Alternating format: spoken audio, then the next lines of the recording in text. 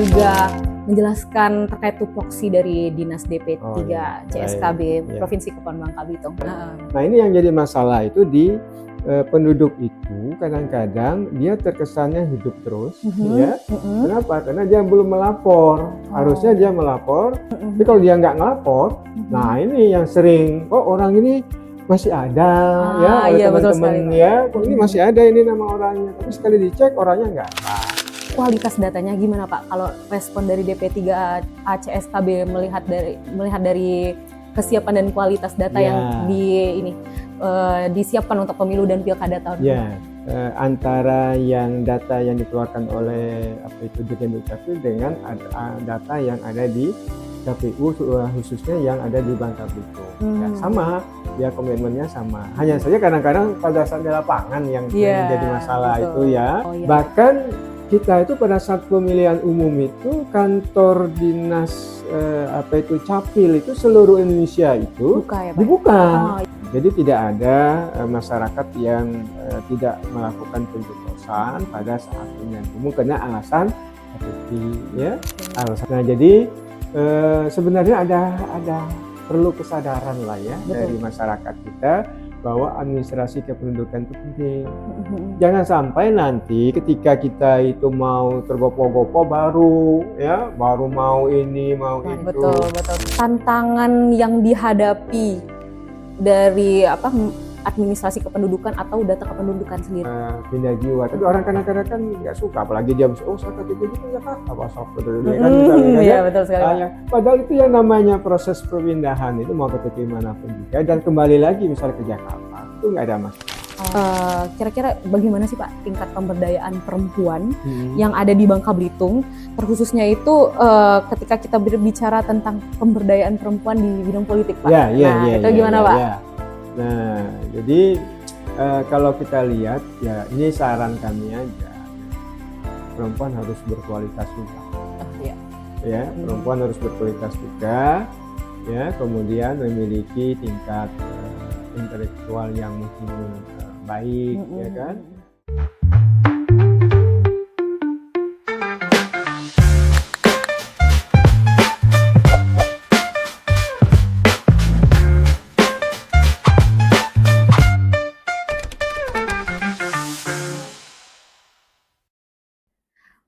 Halo Spradik Memilih, kembali lagi dalam podcast Ngopilu, ngobrol pintar seputar pemilu dan pilkada. Pada podcast kali ini kita kedatangan dari bintang tamu atau narasumber yang berasal dari Dinas Pemberdayaan Perempuan, Perlindungan Anak, Kependudukan, Pencatatan Sipil, dan Pengendalian Penduduk. Kita sambut Bapak Dr. Arsyaf Suryadin, mohon maaf Pak. Selamat datang dalam podcast kami pada kesempatan kali ini. Mungkin Bapak Arsyaf bisa menyapa Spradik Memilih dan juga menjelaskan terkait tupoksi dari Dinas DP3 CSKB Provinsi Kepulauan Bangka Belitung. Baik, terima kasih. Assalamualaikum warahmatullahi wabarakatuh. Para Spradik di mana saja berada. Ini acaranya Ngopilu. Ngopilu itu ngobrol pintar seputar pemilu dan pemilihan umum ya. Pemilihan kepala daerah. Pemilihan kepala daerah ya. Baik, saya sangat senang di sini ya, apalagi ini media yang mampu untuk mendistribusikan banyak hal sekaligus bisa mensosialisasikan sekaligus juga barangkali nanti ada hal-hal yang perlu untuk kita tindak lanjuti dari hasil ngopi ini ya. Betul. Ngopilu. Ngopilu, betul. Ngopilu ya itu. Saya kira tadi itu ada ini. Ada warkopnya KPU dengan warkop itu ya. Karena temanya ngopi tadi ya Pak ya. Baik. Nah, saya di Dinas DP3AC SKB, jadi Dinas Pemberdayaan Perempuan, Perlindungan Anak, ya, Administrasi Kependudukan, Pencatatan Sipil, dan pengendalian penduduk keluarga berencana. Jadi yang lebih ininya, yang lebih kita amati ini nanti yang ada di Dukcapilnya, ya masalah data, masalah penduduk, ya. Jadi kami itu ada tiga kelembagaan, tiga kementerian, Kementerian Pemberdayaan Perempuan Perlindungan Anak, kemudian Kementerian Dalam Negeri, dalam hal ini Dirjen Dukcapil, ya, kemudian yang satunya kementerian yang menangani masalah kependudukan, ya, atau yang lebih sering itu BKKBN, jadi masalah KB. Pendek kata dinas ini ya bekerja ketika anak itu dilahirkan sampai meninggal. Ya, karena kalau dilahirkan pasti ada akta kelahiran ya. Betul ya, sekali, Pak. Kalau dia meninggal ada akta kematian. Nah, ini yang jadi masalah itu di penduduk itu kadang-kadang dia terkesannya hidup terus, ya. Kenapa? Karena dia belum melapor. Harusnya dia melapor. Kalau dia udah melapor, maka sistem yang ada atas nama yang bersangkutan, ya, misalnya melalui melalui Dukcapil itu, nanti itu dikasih semacam bukti bahwa akta kematiannya dibuat.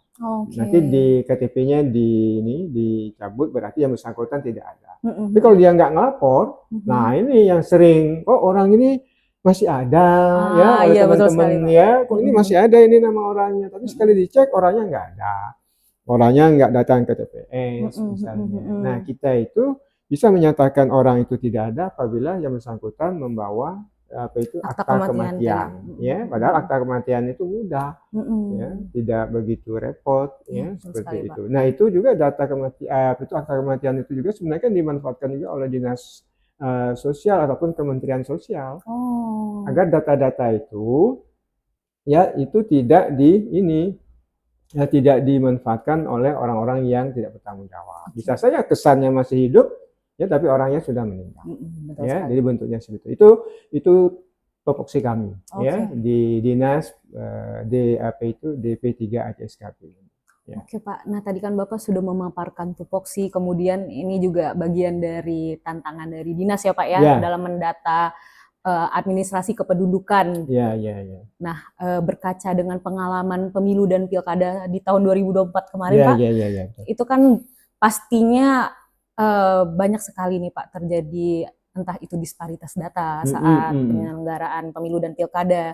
Nah, dari DP3 ACSKB itu sendiri, ketika melihat kesiapan data tersebut ataupun kualitas datanya, gimana, Pak? Kalau respon dari DP3 ACSKB melihat dari kesiapan dan kualitas data yang disiapkan untuk pemilu dan pilkada tahun kemarin.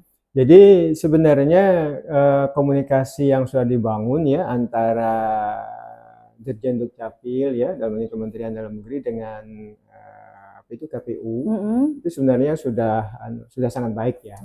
Artinya data-data yang kita peroleh yang biasanya akan disampaikan di setiap 1 tahun itu 2 kali, ya. Jadi semester pertama, nanti semester kedua, untuk mengetahui jumlah penduduk, ya, termasuk yang berhubungan dengan mata pilih itu, ya, jumlah itu. Kalau kami amati, alhamdulillah nggak ada permasalahan, ya, data itu, jumlah yang dimilih. Saya sering cek dengan teman-teman di bidang capil, coba cek itu. Antara yang data yang dikeluarkan oleh Dirjen Dukcapil dengan data yang ada di KPU, khususnya yang ada di Bangka Belitung. Ya, sama, ya, komitmennya sama. Hanya saja kadang-kadang pada saat di lapangan yang menjadi masalah, itu, ya. Nah, kalau di lapangan itu kebetulan kita itu di kepala dinas itu kan diberi wewenang atau diberikan tugas untuk melakukan monitoring, ya, kepada TPS-TPS yang ada di Bangka Belitung. Nah, ini menariknya, saya itu ketemu ada 2 hal yang pada saat yang pertama tadi ada beberapa pertanyaan, bagaimana, Pak, kalau usia anak itu pada saat pemilihan umum itu 17 gitu loh, betul kan, itu. Nah, itu pernah terjadi dan ada memang. Kan waktu itu pas saya saksinya ada di situ, ya. Jadi saya bilang waktu itu, kalau dia udah 17, kebetulan ibu ini membawa kakak. Oke, jadi Ya, administrasi ya, dukungannya itu kakak ya, Pak kakak, ya? ya dia bawa kakak. Kita cek, ya memang udah 17 tahun. Oke. Ya, nah padahal kita itu ada kebijakan ya kerjasama dengan sekolah-sekolah ya. Sebelum anak itu umur 17 tahun, kita sudah melakukan perekaman. Misalnya 16 tahun setengah ya, 16 tahun 6 bulan lah misalnya seperti itu, kita sudah melakukan perekaman. Jadi Capil Kabupaten Kota itu melakukan gerilya ya ke sekolah-sekolah ya ataupun ke masyarakat. Bahkan sampai-sampai baju anak itu disiapkan kalau dia mau bergaya ya. Mau bergaya, malum lah orang anak-anaknya kadang-kadang mau bergaya, jadi kan pakai baju apa itu baju sekolah ya, misal udah kita siapin atau diumumkan sebelumnya ya. Silakan bawa baju apa saja, tapi kita harapkan untuk tidak pakai yang oblong ya, ya minimal ada kerah karena foto apa itu perekaman pertama itu kan selalu dipakai gitu loh ya, sampai dengan kecuali mohon maaf, kecuali kalau dia misalnya mau berganti, awalnya dia tidak berhijab, mau mengganti berhijab, itu boleh diganti. Kalau enggak itu jarang sekali. Makanya saya itu kalau orang dilihat KTP kok masih muda Pak ya, ketimbang sekarang gitu kan. Ya memang KTP-nya itu pada saat ya berapa tahun yang lalu ya kita gunakan seperti itu. Nah, kami pernah ke Belitung ya, kita datangi ke sekolah ya. Nah, selain itu ya kabupaten kota melakukan aktivitas yang sama. Jadi memang sudah dilakukan seperti itu. Pemberiannya anak-anak itu ketika dia umur 17 tahun. Ya, 17 tahun. Silakanlah kalau mau ada acara pada saat menjelang, kalau pada hari Senin itu pas ada acara upacara misalnya ya, udah diundang, misalnya capilnya diundang, dikasih pada anak tersebut. Ini loh KTP kamu. Padahal KTP itu udah dilakukan perekaman 6 bulan sebelumnya. Ya, jadi kita lakukan perekaman 6 bulan sebelumnya. Nah, ini yang kalau KTP-nya ternyata anak itu 17 tahun pada saat pemilihan umum itu sebenarnya nggak ada masalah. Bahkan kita itu pada saat pemilihan umum itu kantor dinas apa itu Capil itu seluruh Indonesia itu dibuka. Dibuka. Jadi nggak ada alasan sebenarnya ya, hanya saja barangkali perlu sosialisasi ya, kita minta kadesnya ya, kita minta kelurahannya, kita minta sebanyak orang untuk memberikan informasi itu. Jadi tidak ada masyarakat yang tidak melakukan pencoblosan pada saat pemilihan umum karena alasan KTP ya, alasan KTP-nya belum jadi. Nah, itu yang pernah saya temui pertama. Nah, pada saat monitoring berikutnya ada orang tua itu, siapa saya datang sudah tua ya, tetapi dia itu tidak mendapat surat panggilan itu apa namanya ya? Oh iya, formulir ya. Tapi kakek itu datang, tapi dia bawa KTP. Ya, jadi pas ada saya, jadi kata saya bilang, Bapak sabar aja ya, nanti yang tidak ada panggilan tapi ada KTP-nya, ya tunggu biasanya dari pukul berapa ya? Pukul 1 sampai pukul berapa lah kita ya, ada aturnya. Iya Pak, kata dia, terus saya itu udah berapa kali ini ya, setiap pemilu itu nggak ada panggilannya, kata dia kan. Nah, barangkali perlu ada koordinasi. Tapi saya salut sih sama kakek itu ya, kenapa? Karena dia sadar ya, dia membawa KTP itu dan kita cek memang benar KTP yang bersangkutan gitu kan ya. Nah, jadi dua hal yang saya temukan itu ternyata sangat menarik dan dan saya cek ini kasus-kasus yang harus kita selesaikan, artinya masyarakat di kita terutama yang mengambil kebijakan khususnya di tingkat desa ya, di tingkat lurah ya, itu bolehlah nanti untuk selalu dilakukan penyisiran ya, termasuk nanti mereka-mereka yang sudah meninggal itu mohon untuk dibuatkan akta kematiannya supaya nanti data itu betul-betul bersih. Dan setiap satu semester ya ataupun semester kedua itu pada saat pemandanan data itu kan selalu disisir gitu. Makanya di kita itu nggak ada yang namanya misalnya dia memiliki KTP 2 itu kan terekam semua, udah seluruh Indonesia itu terekam kalau dia punya 2 KTP itu. gitu. Oh, oke. Untuk penyisiran data di sekolah-sekolah ini Pak ya, Iya. apakah ini perekamannya itu hanya berlaku saat menjelang pemilu? Jadi kan Bapak sempat menyampaikan bahwa untuk penduduk dengan usia di bawah 17 tahun Iya. dan nanti ke depannya akan menjadi pemilih ya dan masuk DPT tadi. Iya. Nah, itu apakah perekaman sebelum usia 17 tahunnya itu dilakukan ketika mendekati pemilu atau ini merupakan program tahunan dari Oh DP3 ya. CASKB itu sendiri? Itu sebenarnya kita antisipasi ya. Kita kalau itu memang harus ada pemilu segala macam, itu barangkali tidak ada masalah ya. Ya, jadi kita nggak ada masalah. Tapi yang jelas setiap tahun kita lakukan. Ya.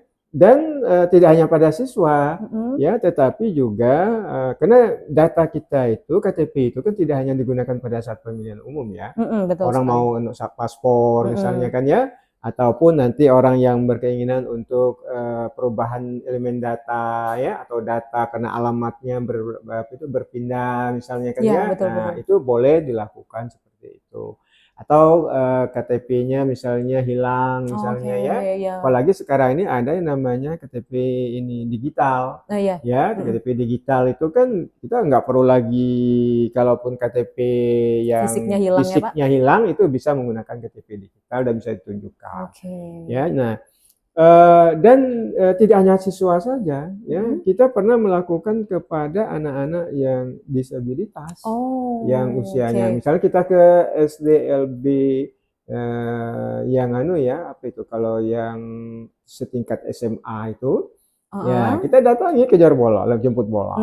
Ya, di beberapa kali saya melakukan itu bersama teman-teman Capil itu. Kemudian kemarin kita lakukan di Jebus, ya, terutama mereka yang rentan, ya. Kemudian mungkin berjalan udah mohon maaf mungkin nggak bisa lagi, nanti kita yang datang. Ya, jadi kita datang sudah bawa alat, ada alat yang mobile yang bisa dibawa kemana-mana, ya. Kemudian termasuk yang di lembaga pemasyarakatan. Oh, di lapas tadi Bapak juga jemput bola ya, Pak? Ya, jadi kita itu di lembaga pemasyarakatan itu ya kita jemput bola, ya, yang kadang-kadang kita heran juga kok KTP bisa hilang gitu kan. Padahal lingkungan ininya sekitarnya hanya di situ-situ aja ya, Pak? Nah, tetapi nanti kita lihat, kita tahu apakah dia sudah merekam atau belum. Ya, kalau dia kan pakai sidik jari ya, ataupun ini ya, mata ya, kita bisa dicek. Oh, ternyata dia udah rekam.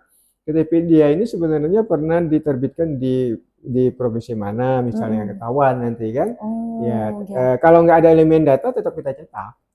Ya, artinya dia sudah merekam, ya, kemudian hilang, ya, kita cek, kita saya nggak punya data, susah. Udah, kita cek anunya, sidik jarinya, ya, kemudian waktu itu matanya dicek, oh ternyata sudah terekam. Nanti kita tinggal melakukan pencetakan aja. Ya. Kalau memang betul-betul belum ada, ya kita minta dari pihak lapas ya untuk bisa memberikan keterangan bahwa nanti bisa menggunakan di lingkungan lapas itu.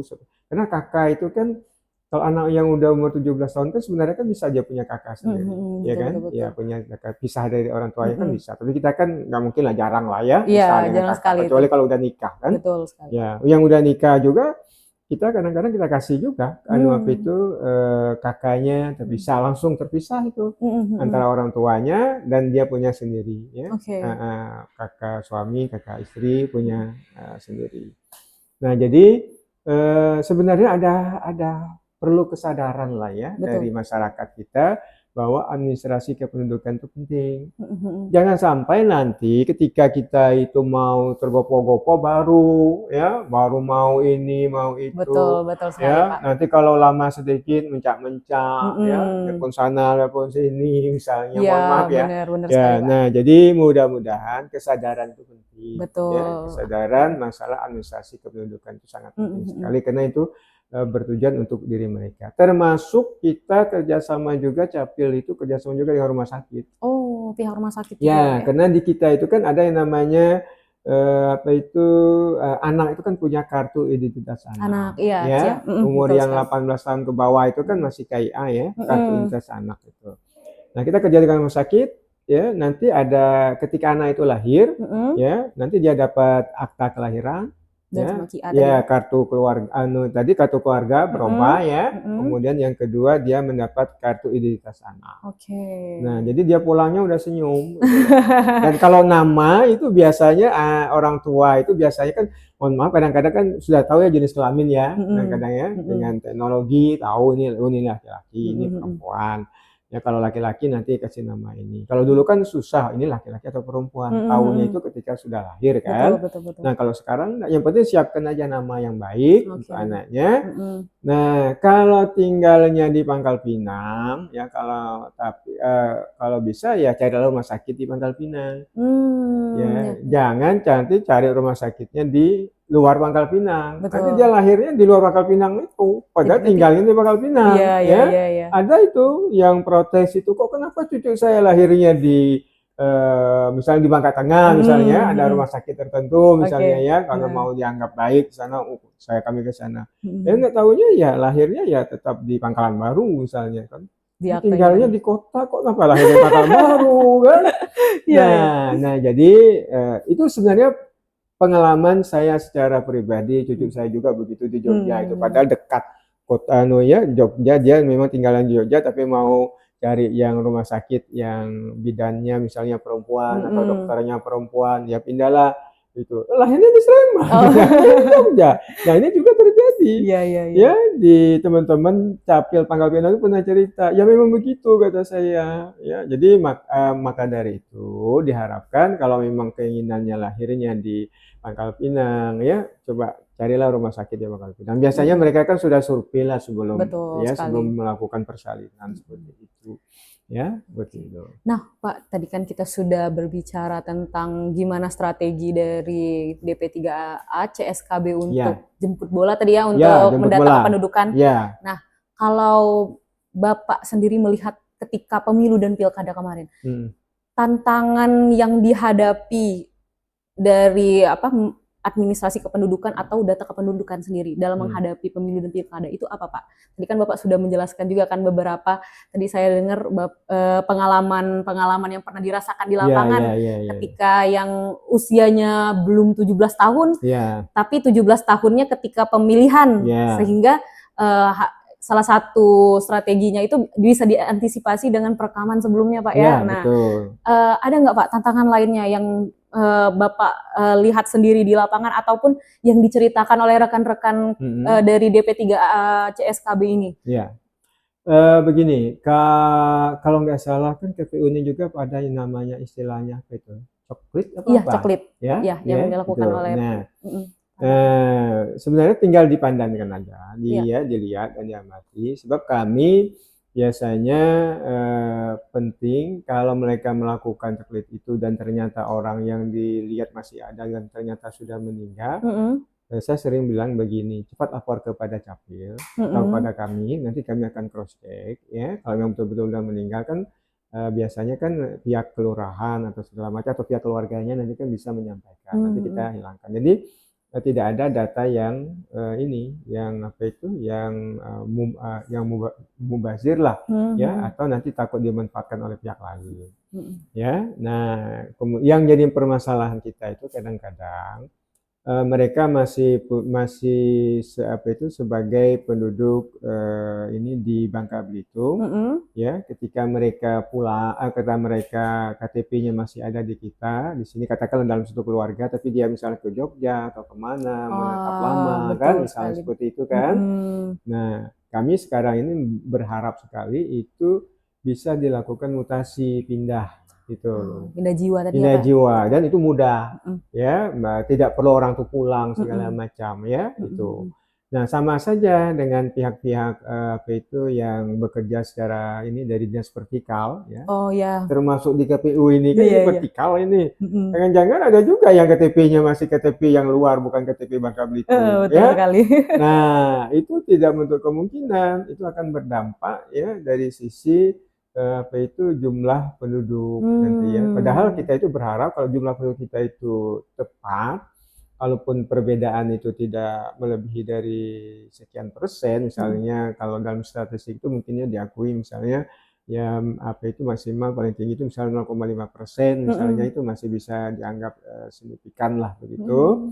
Ya, nah jadi nanti bisa lakukan mutasi aja, ya pindah jiwa. Tapi orang kadang-kadang kan nggak suka, apalagi dia oh saya KTP-nya kan Jakarta, WhatsApp kan misalnya ya, betul sekali. Padahal itu yang namanya proses perpindahan itu mau KTP manapun juga dan kembali lagi misalnya ke Jakarta itu nggak ada masalah, cepat itu loh. Nah sehingga nanti bisa diketahui lah ya apa itu jumlah penduduk kita yang real, yang mendekati real lah begitu ya. Nah, jadi kita itu berharap ya teman-teman atau masyarakat yang masih memiliki KTP ya, yang belum permanen, yang tapi sudah berada di Bangka Belitung sudah lebih dari 1 tahun, ya kita usahakan atau kita harapkan nanti ada kesadaran lah untuk melakukan proses pindah jiwa tadi dan itu tidak sulit ya untuk melakukan akan hal itu. Nah, kemudian kami ya di Dinas DP3 CSKB ini ya, karena begini ya, data yang ada itu kadang-kadang itu masalah data pendidikan. Ya, pendidikannya itu kan nanti kan itu akan berpengaruh juga ya kepada pemilih ya. Betul sekali, Pak. Misalnya pemilih ini sarjana, S1, S2, S3 misalnya kan seperti itu. Nah itu kami sekarang ada yang namanya apa ya inovasi lempak kuning kalau nggak salah. Apa itu? Panjang canunya itu ya. Itu nanti itu butuh waktu 1 minggu ngapain. Nah ini sudah hampir 2 tahun ini kita lakukan kerjasama dengan perguruan tinggi. Ya nanti mereka yang sudah wisuda kita ganti kakaknya.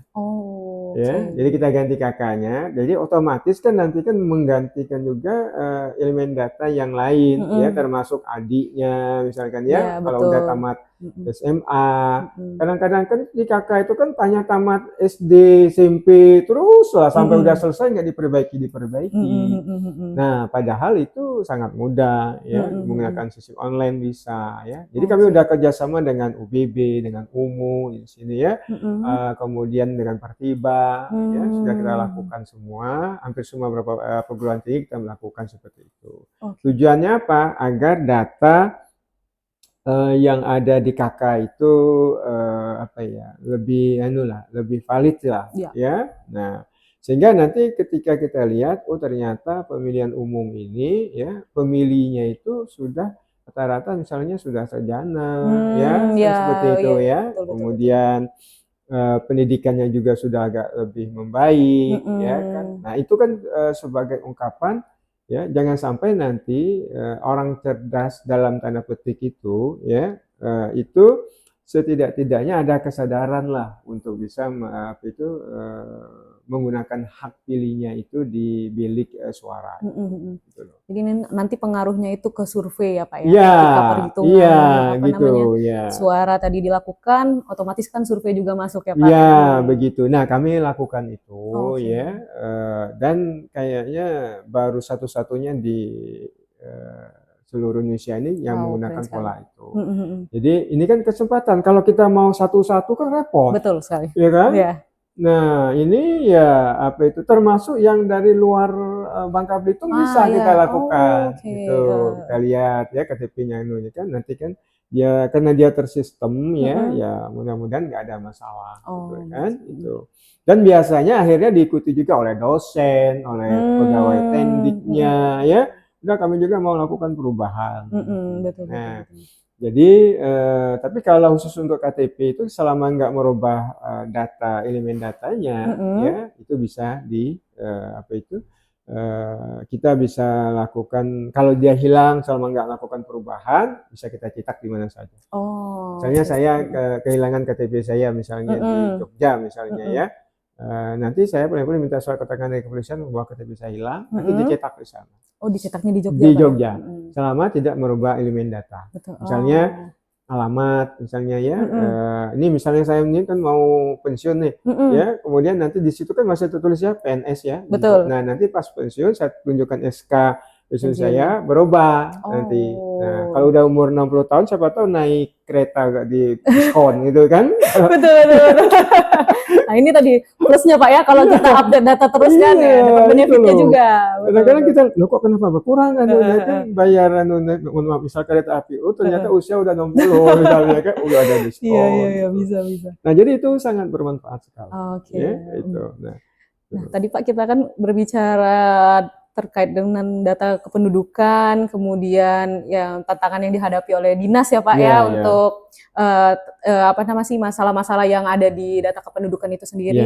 Nah, dinas DP3A CSKB juga kan menaungi soal pemberdayaan perempuan Pak. Nah, kalau dari kacamata Bapak sebagai kepala dinas dan juga mewakili seluruh instansi di Bangka Belitung ini, kira-kira bagaimana sih Pak tingkat pemberdayaan perempuan yang ada di Bangka Belitung, terkhususnya itu ketika kita berbicara tentang pemberdayaan perempuan di bidang politik Pak. Itu gimana Pak? Sebenarnya saya masuk ke dinas ini kan hampir 5 tahun lah ya. Dari tanggal 31-nya 5 tahun saya masuk.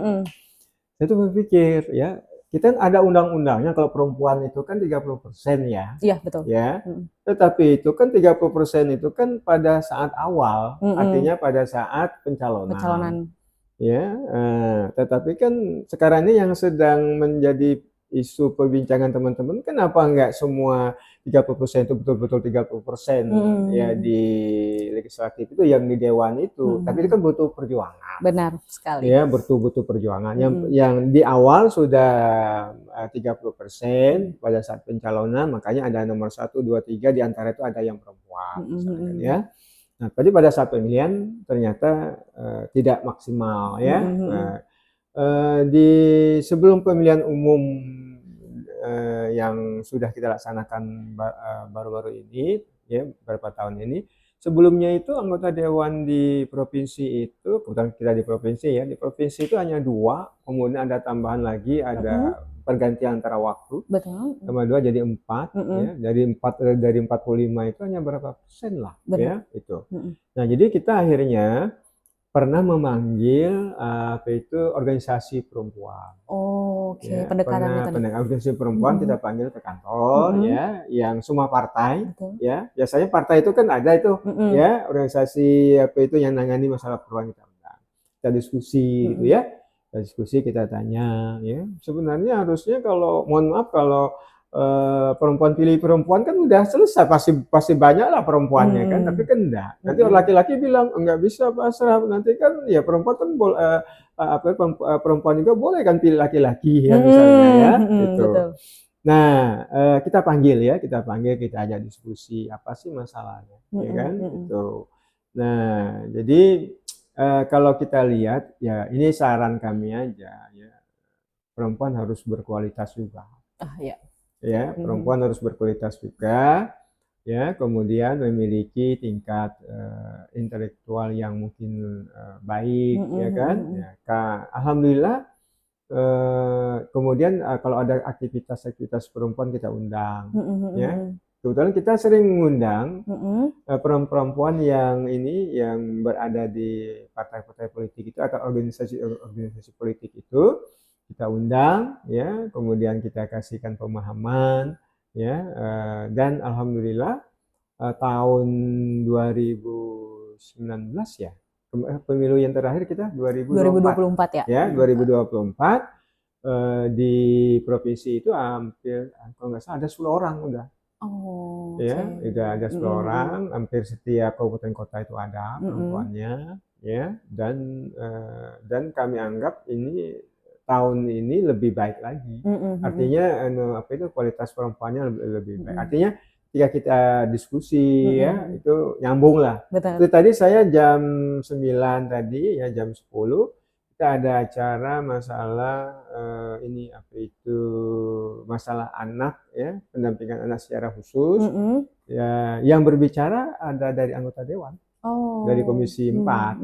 Nah, itu kita giring terus sampai ke kabupaten kota yang lain nanti ya. Nah, ya sambil mereka kan harus tahu juga kan apa yang harus diperjuangkan hak perempuan itu, apalagi yang berhubungan dengan masalah bulan kemarin kan ada Hari Kartini. Betul Ya. sekali, Pak. Nah itu kan harus kita semangati lah. Saya itu berharap ya kalau perempuan itu maju ya itu akan berdampak juga, ya. Betul sekali. Tuh, tetapi jangan sampai meninggal kodrat ya sebagai kaum perempuan, ya. Nah, jadi kami berusaha ya melakukan aktivitas itu beberapa 2 tahun sebelum 2024 itu sudah jadi kita kumpul semua. Kalau nggak salah ada organisasinya, ya kan? Organisasi apa itu politik perempuan itu, ya itu ya nanti biasanya kerjasama dengan kita. Kadang-kadang kalau ada kegiatan. Kita itu punya organisasi perempuan itu hampir 40-an lebih kalau nggak salah. Luar biasa banget sekali ya, Pak. Itu. Nah itu kalau dilihat itu kalau digabung semua bisa satu suara itu, satu suara bisa satu kursi nanti ya. Betul sekali. Nah itu ya. Berarti kalau untuk program pemberdayaan perempuan dari yang difasilitasi oleh Dinas DP3A CSKB itu sendiri tidak hanya bergerak di bidang politik tapi di bidang-bidang lainnya juga. Iya, betul. Ya. Misalnya kita ini apa itu rumah apa itu industri rumahan. Oh ya, industri rumahan itu kan kalau yang lebih tinggi dari industri rumahan itu kan UMKM ya. Nah, ini kan yang perempuan yang mungkin ada di desa, kemudian itu membuat untuk biasanya bulan Ramadan yang sangat banyak ya, untuk takjilan segala macam itu kan biasanya kan dibuat oleh ibunya, dibantu oleh anaknya, mungkin hanya 2 orang. Saya tuh pernah ke salah satu desa, waktu itu kita kerjasama dengan Universitas Muhammadiyah Bangka Belitung KKN ya.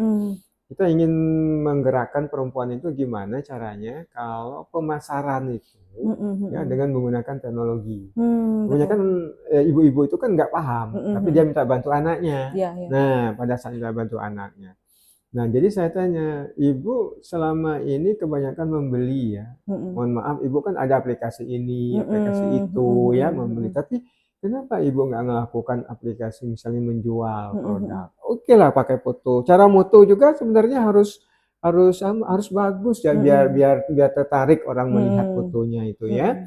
Nah, kita bahkan ada yang nampaknya itu, Pak, ini produk kemplang kami gede loh kemplangnya kayak gitu.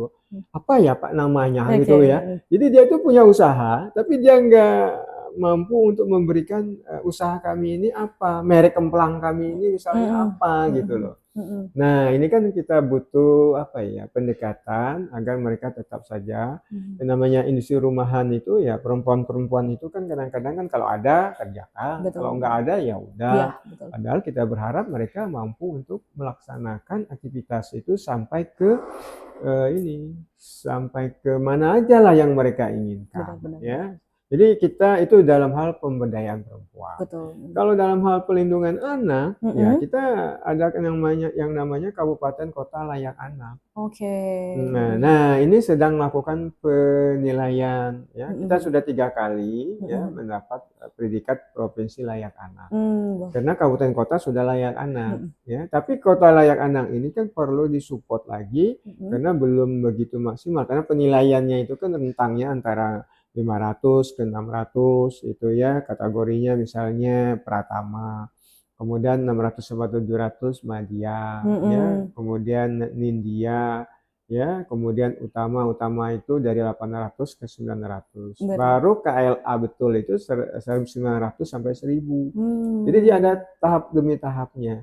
Tapi kalau kita semuanya sudah masuk dalam kategori apa saja di situ 7 kabupaten kota ini, maka kita berhak menyandang Provinsi Layak Anak dengan beberapa catatan. Jadi tidak otomatis ya udah Provinsi Layak Anak nggak ada lagi. Kasus yang terjadi baru-baru di Pangkal Pinang kan juga nggak menunjukkan. Ya kita kan lakukan kerjasama juga dengan pihak tertentu. Makanya kejahatan seksual itu pada perempuan dan anak itu biasanya dilakukan oleh orang-orang terdekat mereka. Ya, nah makanya saya salut juga lah dengan salah satu kabupaten itu justru yang peserta itu bukannya ibu-ibu tapi bapak-bapak. Ya, kenapa? Ya karena yang sering melakukan kekerasan terhadap perempuan dan anak itu kan bapak-bapak. Ya, maka yang dididik itu bapak-bapak gitu loh. Yang untuk melakukan apa itu sosialisasi ya jangan ini jangan itu. Tadi juga kita kerjasama juga dengan Densus 88 juga. Oh, oke. Ya, karena takutnya anak-anak kita ada yang terpapar ya, korban. Jadi kalau anak itu kan korban terorisme ya, radikalisme ya. Nah, itu makanya itu biasanya dimulai dari kalau bisa anak-anak kita itu jangan sampai dia menyendiri gitu ya, sendiri kemudian nggak ada perhatian. Nah, itu harus kita lakukan lah. Ya, kalau di sekolah juga, yang lebih banyak itu kan anak itu kan di rumah. Ya, kalau sekolah itu katakan dia 8 jam lah. Ya, berarti ada 16 jam itu kan di rumah. Sisanya di rumah. Ya, artinya kan tanggung jawab orang tua itu kan sangat penting sekali. Tapi kalau terjadi kejadian sekolahnya yang yang dianggap inilah itulah ya. Nah, padahal itu orang tuanya. Betul sekali, Pak. Ya, nah jadi selain dari capil yang sudah kita jelaskan tadi, kemudian perempuan, ya, kemudian pelindungan anak, ya kita ada lagi yang di KB. Nah, yang di KB ini ya masalah stunting, ya, kemudian masalah sekarang ada yang namanya Tamasya, Taman Pengasuhan Anak. Ya, kita udah kerjasama. Kalau bisa KPU melakukan taman ini buat tamasya juga, ada tempat mirip seperti bisa di nanti care itu ya, tapi jangan di care seperti yang terjadi yang di provinsi yang pernah kita lihat itu. Sehingga ibu-ibu ini ketika dia anaknya ada di sini, ada pengasuhnya, artinya kita bayar lah misalnya gitu ya. Tapi dia kan bisa lihat. Ya. Saya tuh punya temen kalau kebetulan ibu misalnya masih menyusui ya bawa anak ke kantor nggak masalah, buat perayun nggak apa-apa lah, kan itu kan. Ya, yang penting kan dia yang penting kan kedekatan anak sama ibu itu yang penting. Betul gitu sekali. Loh ya, kualitas kedekatan itu yang penting. Betul sekali, Pak. Nah, kemudian kadang-kadang ya ada juga yang kadang-kadang karena ditinggal sama neneknya ya, kemudian ibunya kerja, kemudian mohon maaf masih menyusui ya, nanti nyusuinya itu dititip dengan dengan apalah kendaraan apa misalnya kan ya. Ya kalau terjadi hal-hal yang nggak diinginkan, ya, betul sekali, Pak. Itu termasuk juga saya pernah dulu di kampus itu ya, kan masih ibu-ibu muda masih banyak ya, yang melahirkan. Nah, kemudian ASI itu diletakkannya di kulkas. Ya, karena kulkasnya terbatas berada di ruang saya buka, loh kok ini apa? Kok mirip seperti, mohon maaf saya sebut merek, misalnya Yakult ya kata saya. Lupa enggak Pak, itu air susu ibu. Kaget ya kan? Kalau bagaimana kalau saya misalnya terminum bisa jadi susuan. Akhirnya kita beli lagi kulkas misalnya. Nah, itu kita harus perhatian ya kepada ibu-ibu yang menyusui ya, segala macam itu ya gitu. Oke, Pak. Nah, ini terakhir, Pak. Pesan dari Bapak kepada Supradik Memilih yang ada di Bangka Belitung ya. Khususnya untuk pemilu yang akan datang ataupun pemilihan atau pilkada yang biasanya kita ketahui, Pak. Silakan, Pak. Disampaikan kepada Supradik Memilih yang ada di Bangka Belitung. Ya, Supradik yang Supradik yang ada di Bangka Belitung atau di mana saja berada, elemen masalah kependudukan itu ataupun administrasi kependudukan itu sangat penting ya. Jadi kalaupun nanti ada masalah terhadap kartu keluarga, KTP ya, ataupun mungkin bisa saja akta kelahiran, tidak untuk kemungkinan kadang-kadang ada yang sudah mau pensiun baru aktanya belum tercetak. Kadang-kadang ada itu seperti itu. Nah, silakanlah nanti melakukan aktivitas perubahan ya, data-data itu ke Dukcapil. Semua pelayanan Dukcapil itu tidak berbayar, gratis. Betul sekali. Nah, itu harus menjadi perhatian dan mohon juga jangan menggunakan pihak lain. Ya, nah, kenapa saya katakan demikian? Kadang-kadang ada indikasinya apakah pelayanan di Dukcapil itu ketika dilakukan survei berbayar, ditulisnya berbayar. Padahal kita kan nggak pernah melakukan aktivitas pembayaran seperti itu. Oleh sebab itu saya berharap ya silakan lakukan pelayanannya di Dukcapil setempat ya. Di setiap kabupaten kota biasanya ada. Mudah-mudahan nanti pemilihan umum berikutnya ITAT ataupun pemilihan kepala daerah berikutnya, data-data kita sudah baik, ya, kita datang ke TPS juga sangat senang, ya, dan memiliki tingkat kualitas dan validitas yang akurat, ya, kepada siapapun yang kita berikan amanah tersebut. Sekarang terima kasih, ya, mudah-mudahan kegiatan ini sukses seperti apa yang diharapkan kita. Demikian. Baiklah, terima kasih Bapak sudah berkenan hadir dalam podcast kami. Dan untuk Spradi Memilih, nantikan episode podcast kami selanjutnya di minggu yang akan datang.